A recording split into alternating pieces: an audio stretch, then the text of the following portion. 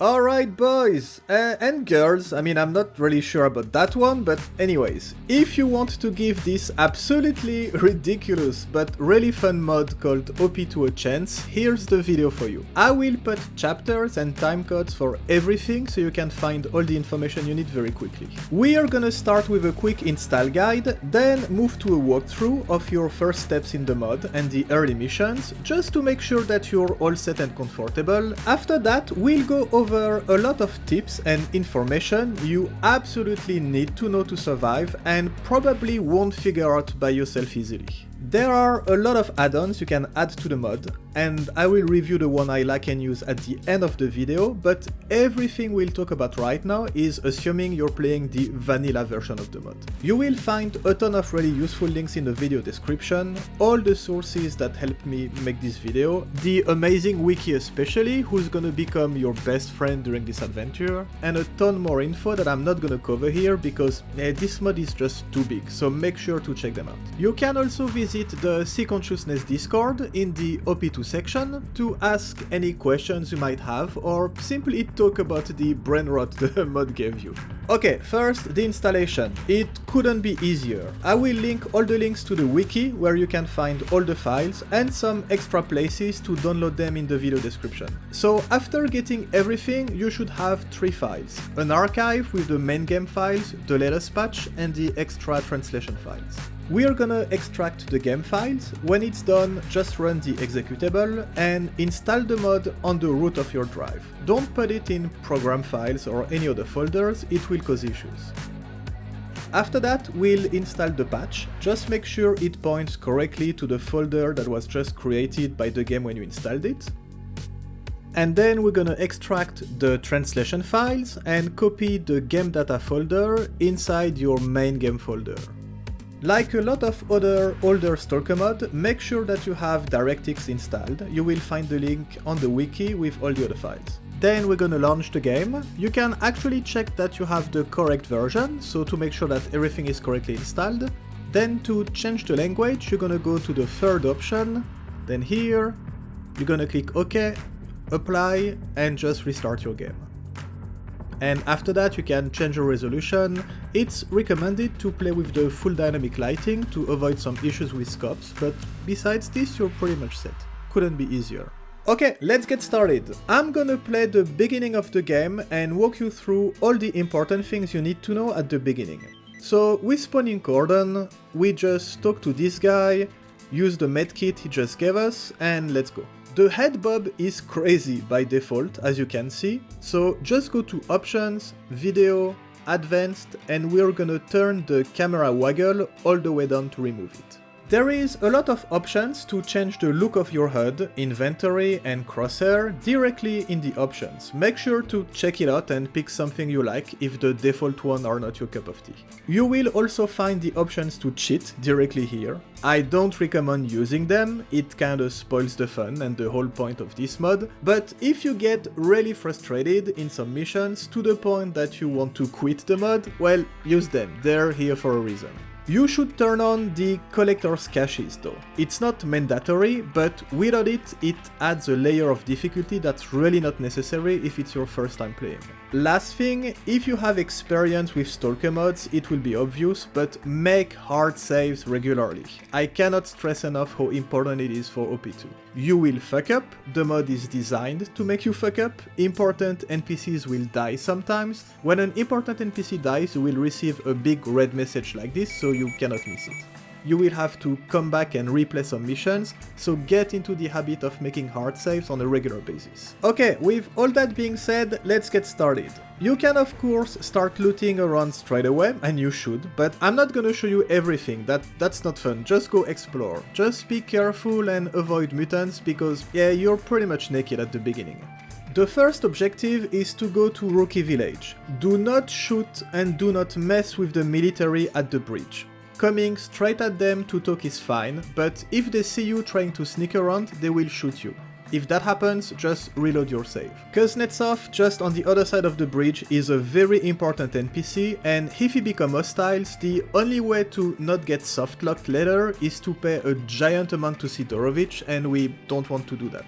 You can either bribe the military with vodka, you can find some a bit everywhere in Cordon if you explore around, but vodka is very important, so it's better to find another way. You can cross through the electro tunnel, but it's slow and a bit of a pain in the ass. I just like to jump here above the fence. Just be careful with the anomalies and go right immediately after jumping on the train, or the military will spot you.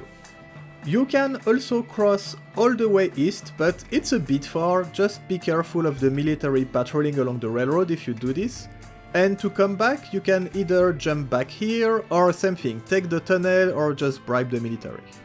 You can press Shift plus F to pick up objects, like these small boxes. It's useful to break them and loot them early game when you don't have anything to break them. You can't break big boxes that way though, even jumping on them, so you're gonna have to wait later when you have a melee weapon to do it. I guess you could shoot them, but it's not really worth it. If you see artifacts, do not pick them up. Without armor, they will hurt you pretty badly, and you have no container to protect you from the radiation anyways. With an armor, they will still hurt you a little bit, but much less. And to completely avoid the damage, you're gonna need special gloves that we'll find later.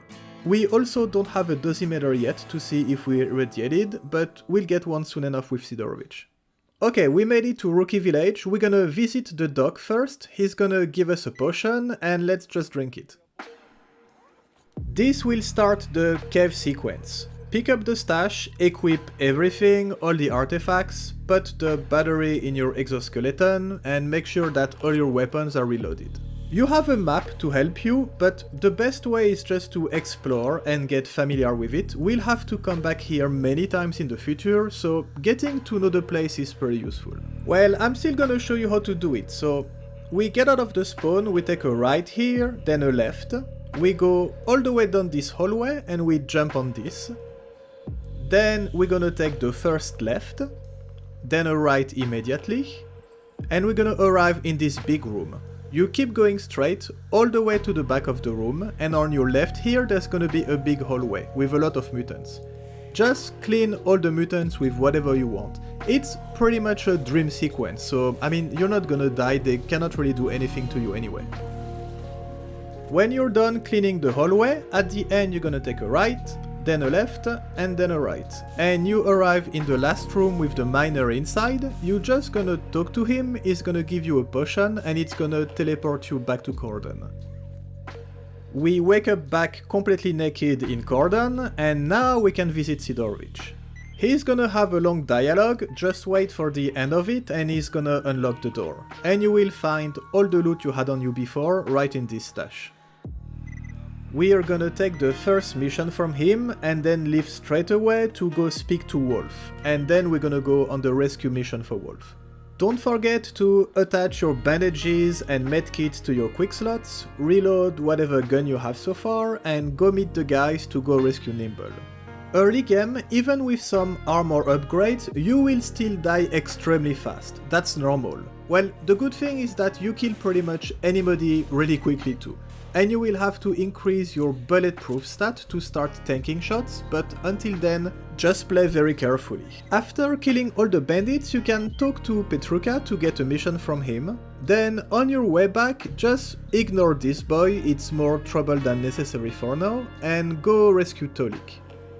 Get his missions too, and go back to the village. Give back the mission to Wolf, then take the next mission. He's gonna give you an artifact as a reward, just put it in the stash or it's gonna slowly start killing you, and go see Sidorovich. Back at Sidorovich, we're gonna do a lot of things. So first we're gonna get our mission reward, then we're gonna start the main quest line.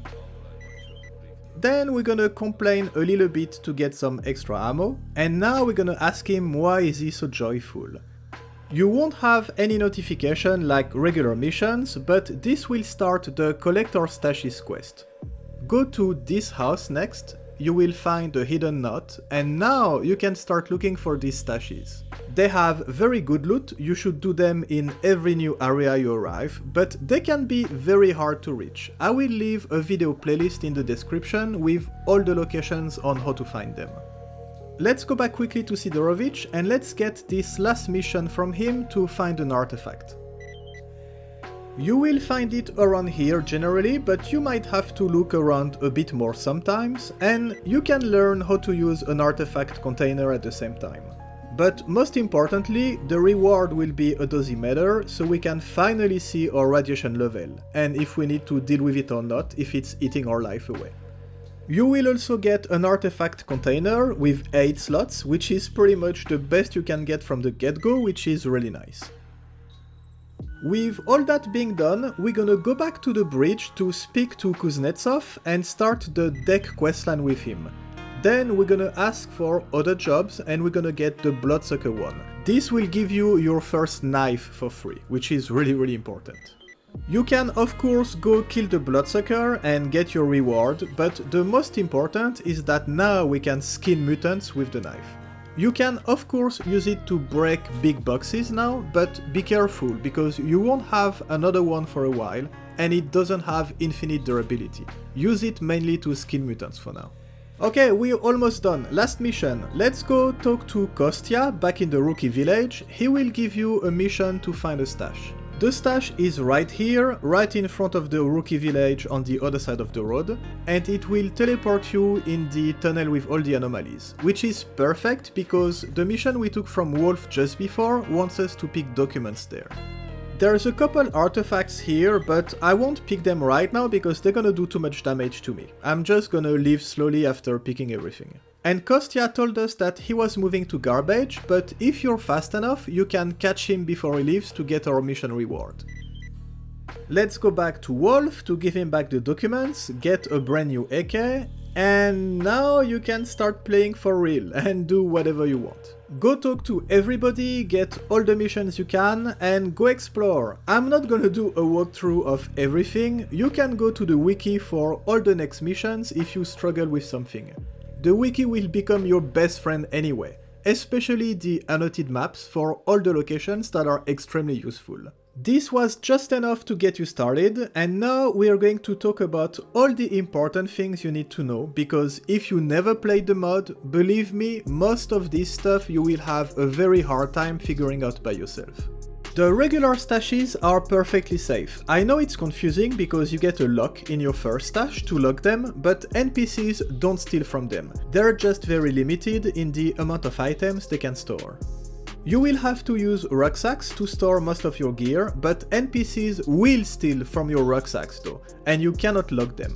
To avoid having your stuff stolen, the best way is to put your bags in an out-of-bound area, an area where NPCs cannot go. A popular spot is here in Rostock because it's a pretty central location in the zone, but you can find out-of-bound areas on pretty much all the maps. Just check the wiki for them if you want to. And no, placing your bags up high on the roofs of buildings or stuff like this doesn't work. Only out-of-bounds areas are safe, unfortunately. The nice thing is that you can see what's in your rucksacks from anywhere, which is very useful if you want to quickly check if you have enough items before accepting a mission or things like this. Speaking of missions, every trader or important NPC you will visit will generally have a blue and a red option on top of the regular quests. The blue missions are cyclic tasks. You can do them on repeat whenever you want on a regular basis. You can see the reward you're gonna get for each mission in advance, so pick whatever is useful to you. Every cyclic task you take has a hidden 14 days timer to be completed, so only take what you know you can do easily or already have the items for. And of course make sure for assassination missions that it's not someone from an allied faction. The red dialogue option is for barter. The first time you click it with a trader, it will add a note in your PDA that you can check again later. It's barter trades you can make with the trader, exchanging an item for another, and some can be really good and useful.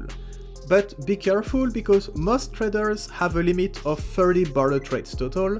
It's generally not an issue, but it's still good to know. You will also find a ton of chain quests, basically quests that increase their reward every time you complete one step until a very big prize at the end. Generally you need to do a first quest for the NPC to trust you. For example, right now I don't have any cyclic quest available with Akim, but as soon as I do his first mission to bring the 40 zombie hands, they become available. Chain quests are always the last mission, all the way at the bottom of the cyclic missions. It's very easy to find them. And his chain quest is bringing back weapons, pretty much. Nimble actually has a very good one that focuses on food and medicine, and if you explore and loot a bit everywhere, you can do it actually pretty early game, and the rewards are really good. And every NPC has a team and will look for a certain type of item, and there's hundreds of chain quests available in the mod. So now you can see why you shouldn't sell anything. Beside broken weapons and some broken armors, you should keep absolutely everything. And even though it's not always true, I can guarantee you there will be someone somewhere at some point who's looking for the most random stuff for a quest reward or an important mission. Keep absolutely everything. This mod is a loot goblin wet dream. To be able to sleep, you will need to buy a sleeping bag from Sidorovich. As soon as you have 4,000 bucks, you should just buy one. You cannot use it anywhere you want. In Cordon, you can sleep right next to the beds in the basement. In Garbage, you have to go here in the hangar. In Rostock, it's gonna be right next to this guy. I mean, technically, it's the usual spots where you find beds, so it's not too hard to figure out. Be very careful of rats looking sick like these ones. They are plague rats, and they will give you the disease if you get close to them, dead or alive. This is a guaranteed slow death sentence, and the only cure is very rare and expensive. They give useful mutant parts, but you're gonna have to wait to have a scientific suit to be able to loot them. Melee weapons are extremely strong, especially against mutants. The first one you can get easily are the fight gloves at Akim. Barkeep also sometimes sell a shovel, that's really good. The Wolf Razor mission will give you the sledgehammer, and the crowbar that you can buy in the swamps is amazing too. Try to get one and use it as much as you can, because you're gonna save a lot of ammo this way. And as soon as you get access to Rostock, don't forget that the arena is an amazing way to make a lot of money early game. If, for whatever reason, you have to kill someone on the down low, or let's say you took an assassination mission by mistake and it's an allied faction, you can just pick up the fuel container or gas container, put them right next to the person you want to kill and shoot them. Like the explosion doesn't count as you killing them and then you can loot them. It's a very useful trick for some missions. Okay, and last thing, extremely important, read the dialogue completely. And probably sometimes you should take notes too, because when someone gives you a mission, you're gonna have clues in the dialogue that you cannot find anywhere else. You always have a small summary, a small recap in the PDA of your mission, but it's never gonna have all the information, and some quests are just gonna be impossible to figure out if you didn't read the dialogue. So yeah, just make sure that you read everything. It's extremely important. Okay, let's talk about the Agroprom Underground puzzle quickly. It's pretty easy, but just in case. So when you try to go to the Strelok cache, it's gonna teleport you here. So you're gonna go back down, then you're gonna go to this big spiral staircase, you're gonna climb all the way up, you can see the teleporter over there, but when you reach the top, it's gonna disappear and you're gonna have a notification that tells you to look somewhere else.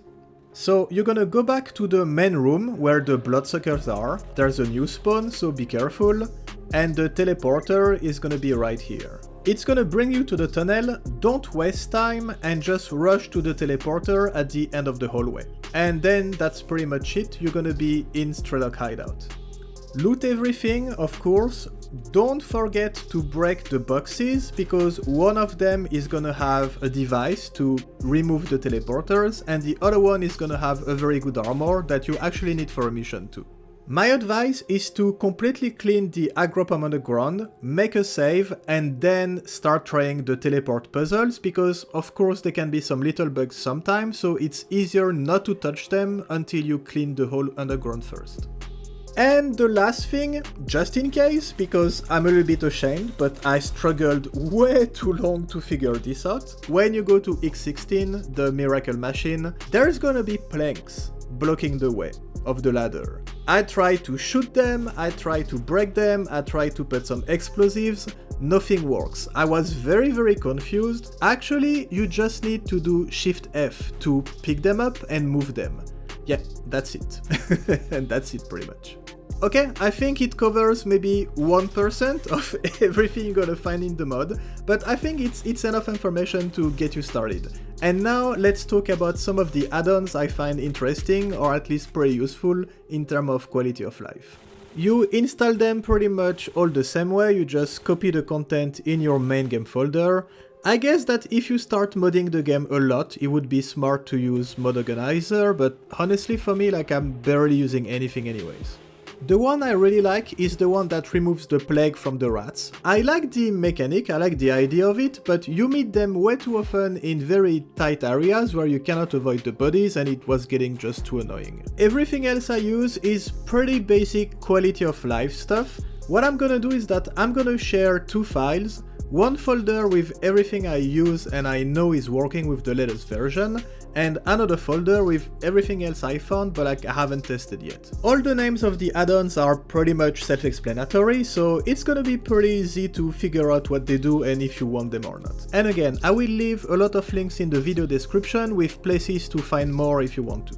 Alright, that's it for me. I might do, if there's some interest, a second video with the more advanced stuff, like the artifact transmutation, embryos, teleporters, things like this. We'll see. But so far I think it's enough information to at least get everybody started.